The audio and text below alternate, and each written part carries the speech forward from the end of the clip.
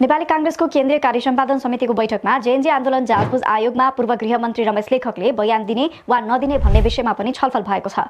बुधबार केन्द्रीय कार्यालय सानेपामा बसेको बैठकमा जाँचबुझ आयोगले लेखकलाई पत्र काटेको विषयमा कुराकानी भएको कांग्रेस प्रवक्ता प्रकाश शरण महतले बताए। बैठकमा सहभागी नेताले जाँचबुझ आयोगमा बयान दिन लेखकलाई सुझाव दिएको उनले जानकारी दिए।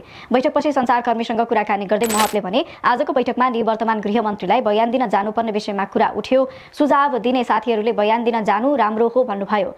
जाँचबुझ आयोगले पूर्व गृहमन्त्री लेखकलाई बयानका लागि बोलाएको छ। उनले बयानका लागि जाने वा नजाने प्रश्न पारेका छैनन्। यस्तै कांग्रेसको केन्द्रीय कार्य सम्पादन समितिको बैठकमा महाधिवेशनको कार्यतालिका संशोधन प्रस्ताव गरिएको छ। महामन्त्री गगन थापाले महाधिवेशनको कार्यतालिकामा सामान्य संशोधन गर्न प्रस्ताव पेश गरेका हुन्। क्रियाशील सदस्यता वितरणमा भएको ढिलाइका कारण कार्यतालिका संशोधन गर्न प्रस्ताव पेश गरिएको हो।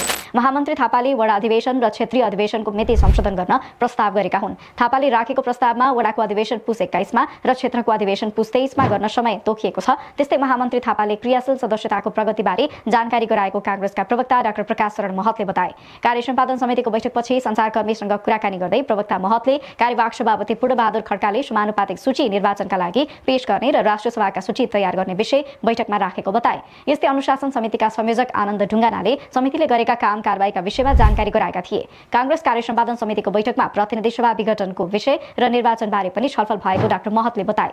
हामी निर्वाचनको तयारीमा छौं र तयारीमा लाग्छौं। निर्वाचन छोडेर पुनर्स्थापनातिर लाग्दैनौं, तर निर्वाचन हुने वातावरण नभए पुनर्स्थापनामा जानुपर्छ भन्ने हाम्रो कुरा हो, उनले भने।